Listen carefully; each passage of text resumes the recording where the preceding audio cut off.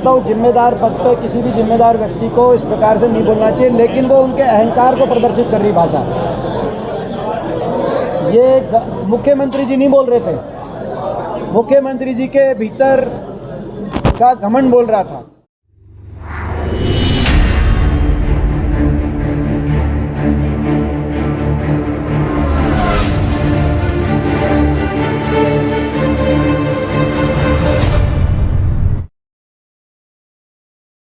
Time निकाला और हम उम्मीद करते हैं कि भाई जो डिनर का कार्यक्रम है तो आप अपना कुछ ना कुछ भोजन ग्रहण करके जाएंगे। एक जो स्पेसिफिक मांग अभी पीछे फसल में बड़ा भारी नुकसान हो गया है, बेमौसम बारिश ओलावृष्टि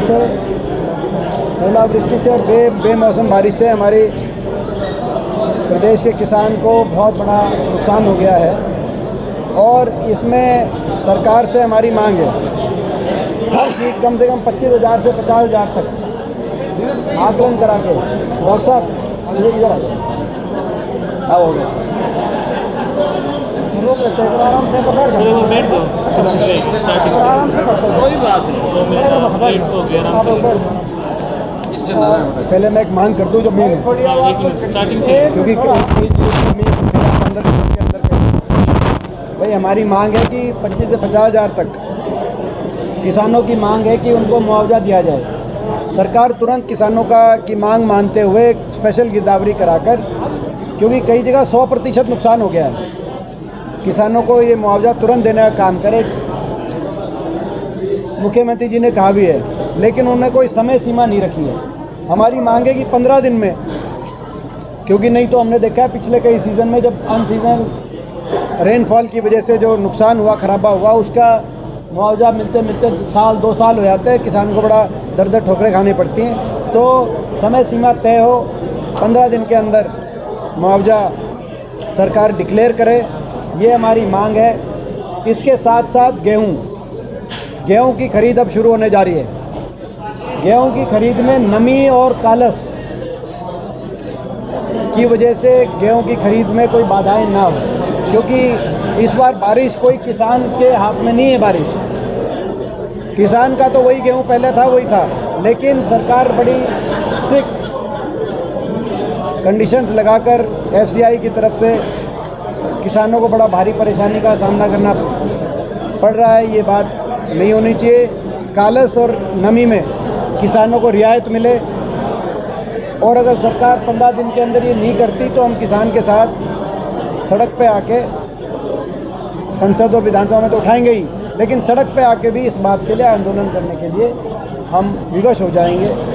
ये हम आज सरकार की तरफ से मांग करते हैं। पहली बात तो हमारी ये है। बाकी इसके अलावा आज हमारा भिवानी ज़िले में 2 प्रोग्राम थे। हाथ से हाथ जोड़ो कार्यक्रम हमारा धनाना गांव में था। हमारे प्रिंट मीडिया के साथी भी जलोत्रा साहब और हमारे साथ संदीप जी, रवि जी, सारे जो आए हुए हैं, मैं सभी का स्वागत करता हूँ। तो 2 कार्यक्रम थे आज। हाथ से हाथ जोड़ो कार्यक्रम धनाना गांव के अंदर बेहद सफल कार्यक्रम रहा। रिकॉर्ड उसमें हाजिरी रही धनाना कार्यक्रम में। आपका फ़ोटो भी आई होंगी, नहीं तो आ जाएंगी। और उसमें मैं हमारे पूर्व CPS रामकिशन फौजी जी का भी बहुत को भाई बधाई देता हूँ। उनके बड़े अथक प्रयास रहे उस कार्यक्रम को सफल कराने के लिए, सफल बनाने के लिए। और आज हमारा एक संवाद कार्यक्रम जो भी आपने देखा, मैं अशोक वानीवाला जी को विशेष बहुत बधाई देता हूँ। विशेष रूप से इनके प्रयासों से संवाद कार्यक्रम में भी भिवानी शहर की क्रीम यहाँ पे देखने को आई। अलग अलग मार्केट के प्रधान, व्यापार मंडल से जुड़े हुए लोग, अलग अलग वॉक ऑफ लाइफ के अलग अलग लोग यहाँ पे आए। और ये जो दोनों कार्यक्रम की सफलता इस बात का प्रतीक है कि आज चाहे शहर हो चाहे गांव हो, लोग बदलाव हरियाणा में चाहते हैं, सरकार से दुखी हैं और बदलाव के लिए आशा और उम्मीद भरी नज़र से कांग्रेस पार्टी की तरफ हरियाणा प्रदेश की जनता देख रही है। अब आपके जो प्रश्न है वो हम प्रश्न के लिए हमने अपना बता दिया, मेन हेडलाइन भी बता दिया आपको और हमारे दोनों प्रोग्राम भी बता दिए। देखिए आज आपका संवाद है, लोक संवाद है, और एक तरफ सरकार का जन संवाद, क्या समझते हैं आज की सरकार? ये जो सरकार का जन संवाद है, मैं धनाना गांव में गया था, वहाँ पे मेरे को ये जानकारी मिली कि ये तो जन संवाद है ही नहीं, ये तो बड़ा मैं समझता हूँ कि एक विशेष कार्यकर्ता संवाद भी नहीं है, क्योंकि वहाँ पे लिस्ट बना के और बहुत ही लिमिटेड आदमी, कहीं 25 आदमी कहीं 50 आदमी, मुझे एग्जैक्ट नंबर नहीं पता क्या नंबर है, लेकिन लिमिटेड आदमियों को बड़ा लिस्ट बना के बड़ा आई कार्ड इशू करके, आपकी जानकारी होगी वैसे क्या है, उन लोगों से इंटरेक्शन कराया जा रहा है। जो जन संवाद एक ओपन तरीके से होता है, वो तो जो है हम तो विपक्ष में हैं, लेकिन फिर भी हम ओपन तरीके से 24 घंटे हमारा तो वो रहता है। तो ये जो सरकार को किस बात का, ये 9 साल तक तो आए नहीं, इस सरकार में 9 साल तक गांव स्तर पे, शहर में, वार्ड स्तर पे कार्यक्रमों का संवाद करने का कोई प्रचलन नहीं हुआ 9 साल तक। और मेरा ये मानना है कि जो लगातार कांग्रेस पार्टी का हाथ से हाथ जोड़ो कार्यक्रम की जो एक सफल कार्यक्रम रहा कांग्रेस का पूरे प्रदेश में, आज उस बात से जो माहौल बना है, उस बात से कहीं ना कहीं भयभीत होकर सरकार को भी मैदान में आने पर भी मजबूर होना पड़ा।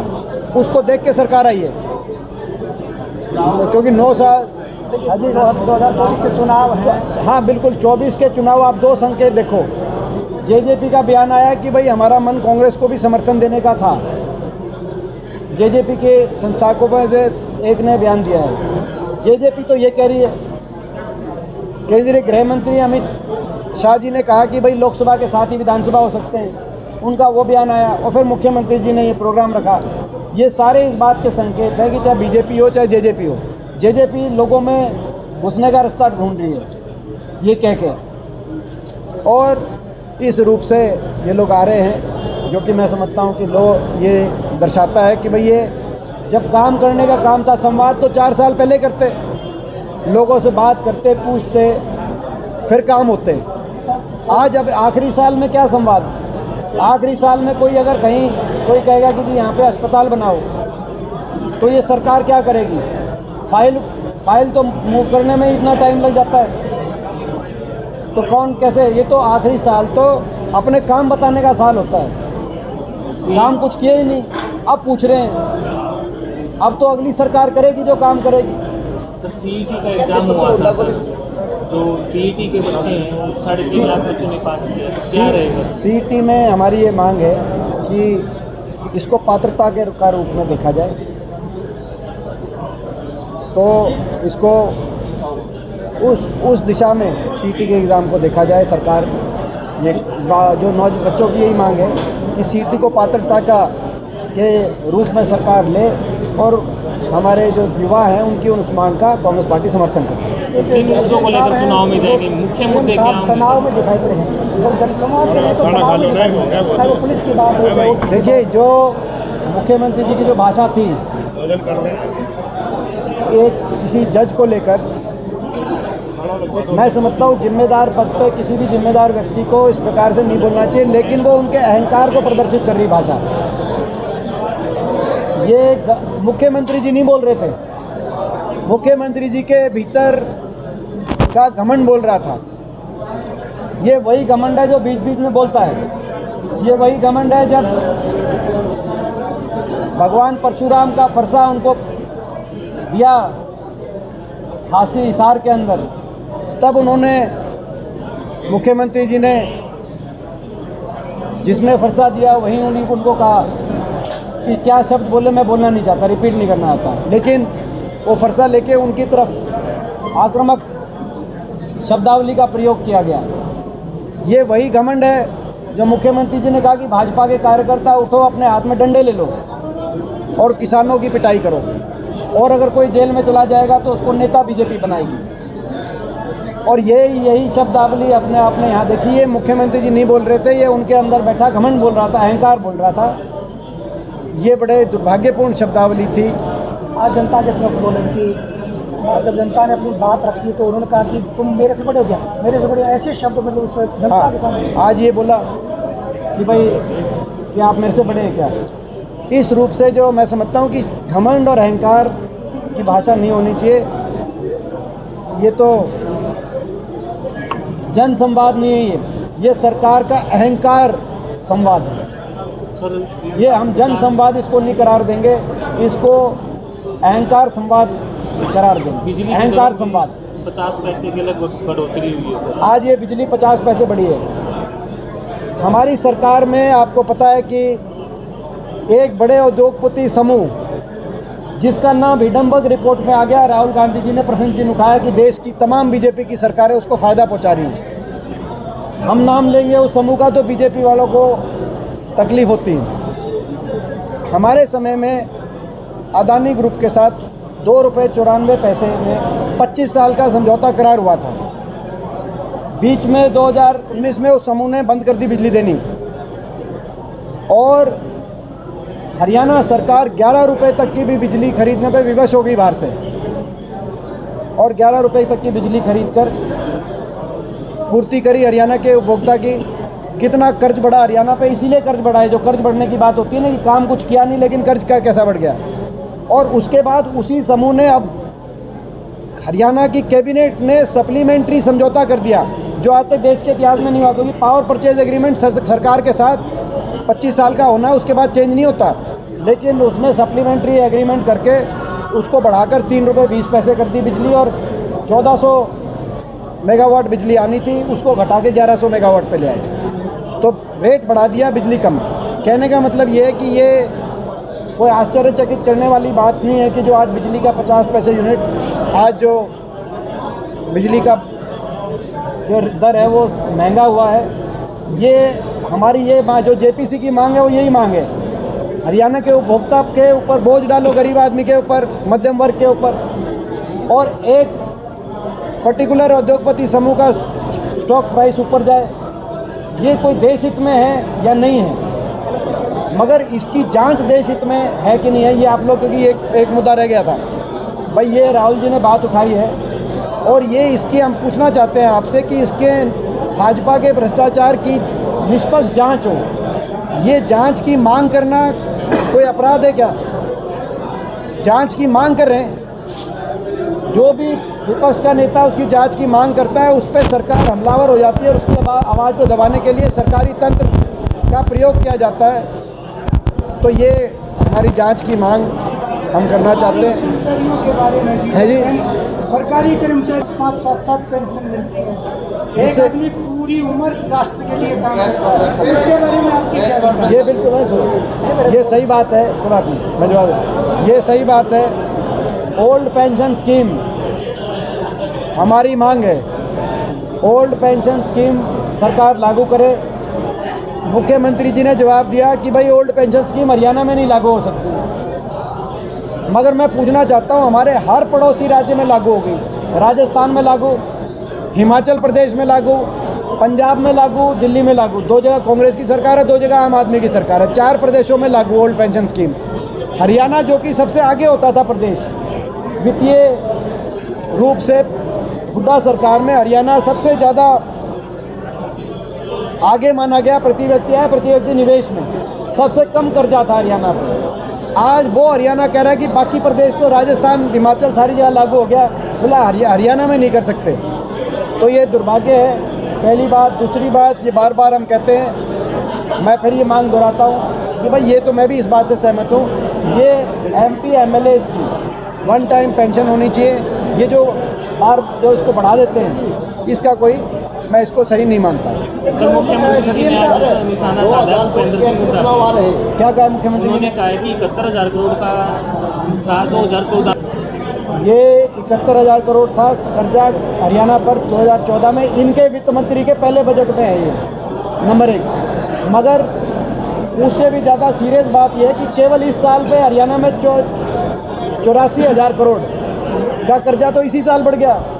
ये भी इनका वित्त मंत्री बता रहा है। जो कर्जा हरियाणा बनने के बाद से 2014 तक देश की आज़ादी, टोटल कर्जा सारी सरकारों का, सारी चीज़ बनाकर, जिसमें जिसमें इतने हरियाणा में मेडिकल बन गए, इतने हरियाणा में स्कूल बन गए, ये तो स्कूल बंद कर रहे हैं, इतने हरियाणा में कॉलेज बने होंगे, कितनी हरियाणा में रेल की लाइन, कितनी थर्मल कारखाने, कितनी सरकारें, टोटल खर्चे जो कर्जा था 71,000 करोड़ था, जिसको ये 93,000 करोड़ इन्होंने आ चुका है मुख्यमंत्री जी ने। मगर इन्होंने तो इस साल में 84,000 करोड़ का खर्चा लिया है, और कंपनियां अपने कॉन्ट्रैक्ट से हटके एक्सपेंसिव बिजली आप ले रहे हो, जो पेटेंटली अनएक्सेप्टेबल है, तो जो मैं समझता हूँ, और लॉ की बाउंड्रीज के बाहर है। इसकी तो यही तो बात है सारी हमारी। अगर जनसमाज सरसों का रेट 5400 रुपये, 5450 रुपये था, लेकिन 4500 रुपये सरसों का जो रेट था। देखो, इसमें दो बातें हैं, गेहूँ और सरसों का रेट।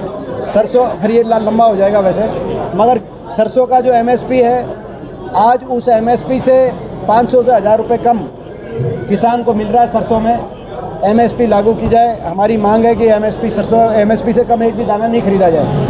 गेहूं में इस बार पूरी वर्ल्ड मार्केट में 3000 से ऊपर भाव चल रहा है गेहूं का, मगर सरकार ने निर्यात रोक दिया। किसान ही क्यों मारा जाता है हर बार? इस सरकार ने जो निर्यात चल रहा था, जो अभी तक चल रहा, सीजन से पहले तक चल रहा था, तो यानी कि मिडल मैन एक्सपोर्टर उसका लाभ उठा रहे थे, अब वो निर्यात बंद कर दिया। और FCI ने 3 लाख टन गेहूँ अपना ओपन मार्केट में FCI ले आई, जिसकी वजह से जो मार्केट MSP के ऊपर हो गया था भाव गेहूँ का, वो दोबारा से, तो इसमें किसान मारा गया दोबारा। तो इस सरकार की बयान दिया है सर, इस सरकार की एक नीति सील तो अंदर